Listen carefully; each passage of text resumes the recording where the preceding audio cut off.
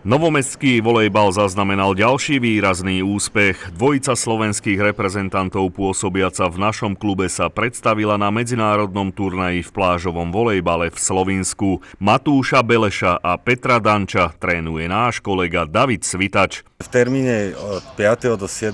júla sme štartovali na turnaj Meuza, ktorý je vlastne stredoeurópsky turnaj plážového volejbalu a je zároveň kvalifikáciou na majstrovstva Európy. V podstate pre Matúša Beleša to bol už tretia účasť v rôznych vekových kategóriách na tomto turnaji. Za každým tam štartoval s iným spoluhráčom, tentokrát s Peťom Dančom.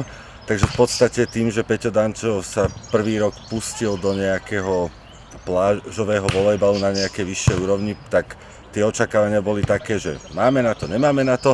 Turnaj to bola vlastne kvalifikácia na majstrovstvá Európy a kvalifikovať sa mohli iba prví dvaja, čiže s ambíciami sme došli, že chceme sa dostať do finále.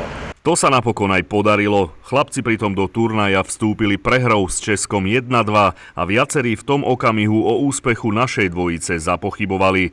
To však neplatilo o trénerovi, ktorý sa ukázal ako výborný prorok. Po tomto zápase možno niektorí si mysleli, že nič neuhráme a ja som v tomto momente tvrdil, že za mňa, čo som videl aj v prvých zápasoch niektoré iné týmy, že to bolo za mňa kľudne aj predčasné finále. Presne to sa aj stalo. Beleš s Dančom potvrdili svoj potenciál a na turnaji postupne vyhrali nad Maďarskom, Slovinskom a v semifinále aj nad favorizovaným Rakúskom. Postupili sme do finále, no a tam, ako som teda predikoval, tam sme narazili znovu na tých Čechov, ktorých sme mali aj v základnej skupine.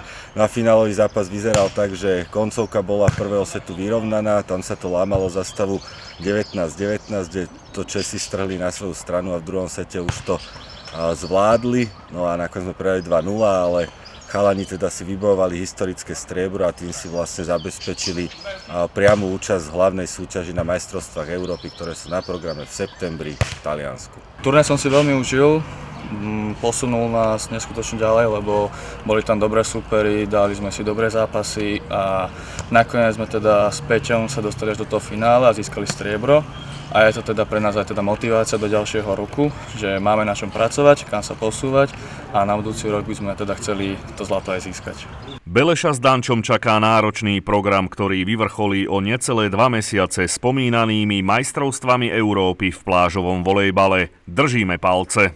Ten cieľ nejaký, aký sme si s chalanmi dali, je atakovať štvrťfinále, čo by bolo aj super. Uvidíme, robíme preto všetko, ideme sa zúčastňovať nejakých A série turnajov mužov, takisto finále majstrovstiev Slovenska U20, U22 u nás a plánujeme aj nejaký turnaj v Rakúsku, takže dúfam, že teda určite spravíme preto všetko a verím, že tam dosiahneme čo najlepší výsledok. A hlavne sa nezraniť. A hlavne sa nezraniť. Ľubo Trautenberger, televízia Pohoda.